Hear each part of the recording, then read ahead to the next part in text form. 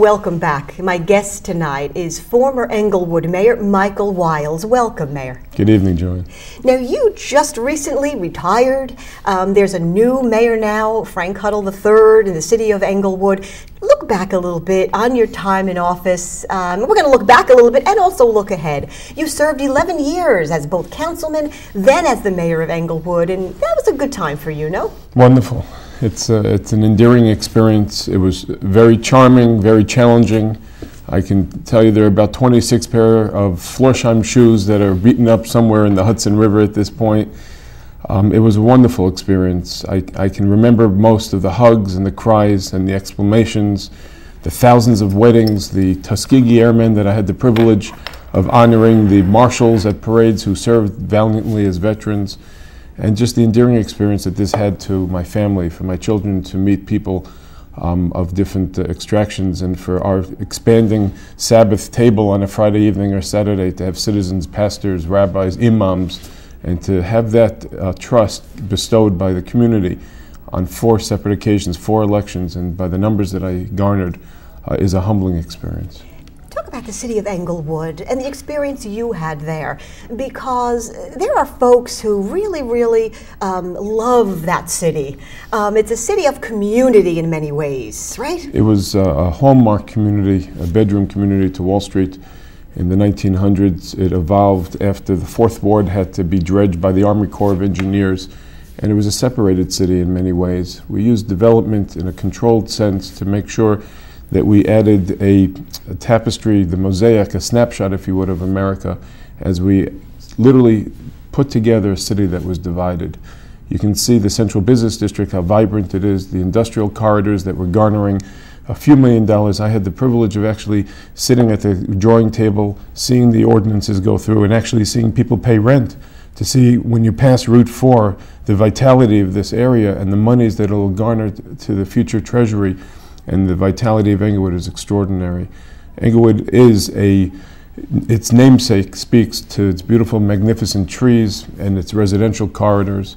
I had the privilege of seeing the Jones Road sidewalk treatment as a member of the City Council, and then to work on the challenging issues, the houses of worship, the 35 plus houses of worship that we have. As a Sabbath observer, I had the privilege of walking miles, literally every weekend, to get to meet people and to see and to go into their homes. And it's an experience I'll never forget. Talk about now. I know that at the recent reorganization meeting in the city, the new mayor said the tax burden is horrific on residents, and we must work together as a council to focus on that and to reduce that on residents. So I don't know if that was just kind of a continuation. I think that's a problem throughout the state of New Jersey. Yeah, in many ways, people attribute that to the loss of Governor Corzine's election. You have to be in it to win it. You need money in order to succeed. Every year that I was in public office, we were told to do more with less. I have put in more vetoes than my predecessors did cumulatively, because I felt that this council, and still does, spend frivolously. What's the point of making all this money and revitalizing an industrial park as you drive by Route 4 and see the central business district if it goes out faster? What's the point if older people can't cede their homes to a new generation and people then start looking to scramble out of the state of New Jersey? In my professional life, I'm an immigration lawyer. We see the costs that a local community like Englewood has to shoulder. Immigrant children are forced to have their education paid by people that are lawfully here. Immigrants go into hospitals. We're forced to pay for the mending of their arms if, God forbid, it's broken. This is a burden that our federal government should be taking over our shoulders. We should be looking at the diversity, the vitality that the immigrant community gives to our city, and not fighting one another. Taxes is a huge challenge, and the mayor of the city has an obligation to meet that challenge every day, and I went down fighting. I vetoed the last ordinance that was promulgated by the government, where they were giving the city manager a raise in these very challenging times, and at the same time trying to draw more money from people at City Hall who couldn't afford, in a gimmick to try to pay off some of the health insurance. Listen, this was a trust that was given to me that I took very seriously, and it wasn't my credit card, it wasn't my money to spend unless I felt it was being spent appropriately. Taxes is the greatest challenge that the state of New Jersey face, and I hope that the new governor, and I know that the legislature has to meet this. Otherwise, simply put, they'll get unelected. Talk about now. You wake up now, you're not the mayor, but you obviously are, you could take public service, you could take the man out of public office, but you can't take the public service out of the man. And you are very much committed to public service. You're still going to be working, to serve the city, I'm sure. In some way. Just professionally, you should know I'm an immigration lawyer in Manhattan, but we opened an office in Englewood because of the huge base that we developed. I think there are a lot of people that don't read the newspapers that still call me thinking that I can take care of their pothole and their challenges. It'll take a while maybe for them to switch over and know there's a new mayor now. I'm relieved not to have to go in the middle of the night to fires, but I do get phone calls and make phone calls to the public servants in the city. It's an endearing experience to walk in ShopRite and to have people, hug you and kiss you and ask for autographs and to know that you served in an admirable fashion, to walk out of an 11-year public service with the same wife and in this state without a pair of handcuffs is actually an endearing experience. But look ahead. Are you hoping again to seek a public office? Yeah, no doubt. If with a stroke of a pen, as a lawyer, I can help a few hundred people in the course of a week, maybe thousands in the course of a year, but millions as a public servant. The message to my children, the legacy that a father and an American needs, is to hand this generation the keys to the city, to this nation, and make it better.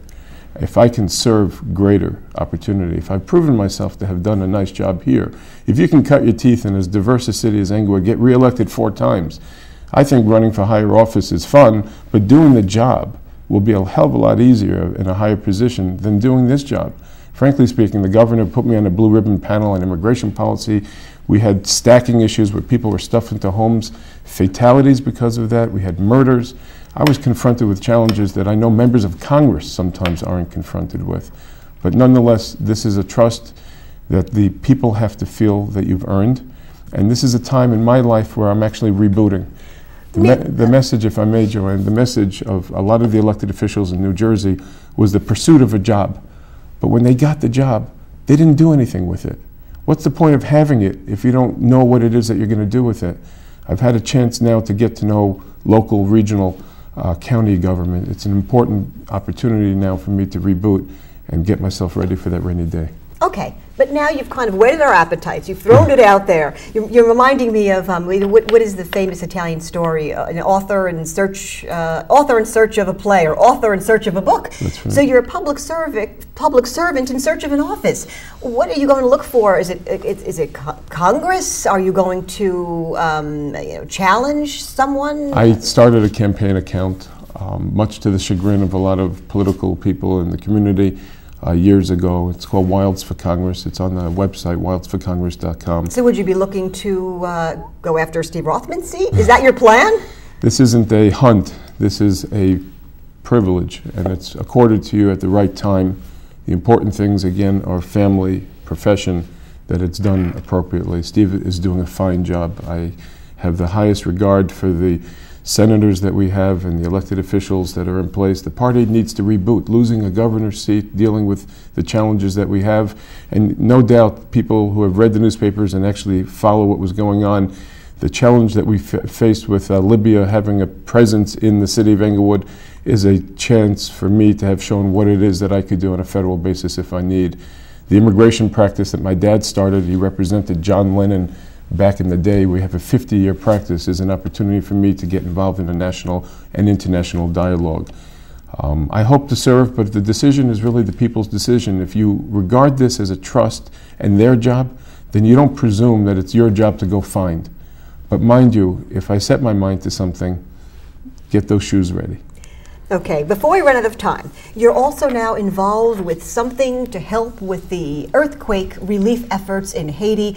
Tell us more about that and how the public can help. We have, thank God, it's in the DNA of the staff and the people that I have around me. I've added wonderful people and have maintained relationships now with people like Anita and RJ. These are hallmark names of people in my life.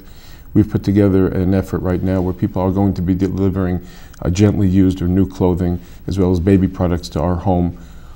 they're welcome to go onto my website, which is my name, michaelwilds.com, and get the information. Ultimately,